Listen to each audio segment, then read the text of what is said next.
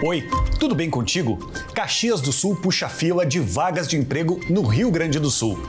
Caxias do Sul vira destaque no mapa do trabalho no estado. São milhares de vagas abertas, muitas delas sem exigir experiência ou escolaridade. Indústria, comércio e serviços estão contratando. Há oportunidades permanentes, salários que chegam a um salário mínimo e meio, além de benefícios. Também há vagas destinadas a pessoas com deficiência. O Cine de Caxias do Sul fica na Avenida Júlio de Castilhos, número 1478, no centro. O atendimento é das 8h30 ao meio-dia e da 1 às 5 horas da tarde. Verão sem afogamentos em Caxias.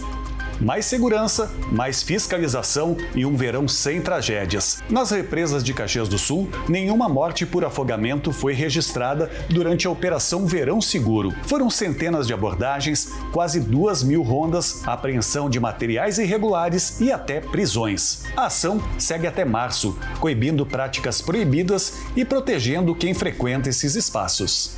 Caxias projeta o futuro até 2040.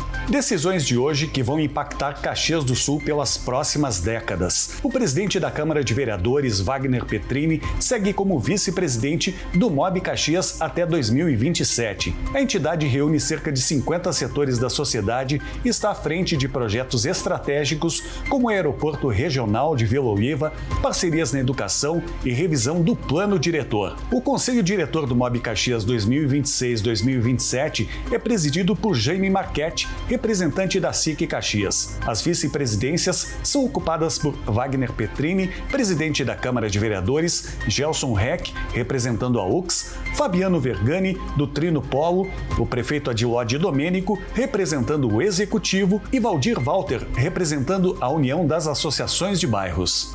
O Direto de hoje fica por aqui. Até o próximo!